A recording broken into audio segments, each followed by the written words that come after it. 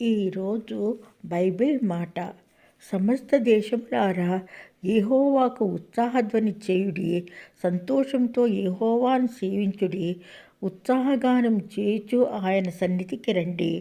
యెహోవాయే దేవుడని తెలుసుకొనుడి. మనము ఆయన ప్రజలము, ఆయన మేపు గొర్రెలము.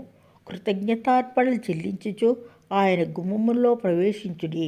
కీర్తనలు పాడుచు ఆయన ఆవరణలో ప్రవేశించుడి. ఆయన స్తుతించుడి, ఆయన నామమును ఘనపరచుడి. యెహోవా దయాళుడు, ఆయన కృప నిత్యముండును, ఆయన సత్యము తరతరములు ఉండును. ఆమెన్.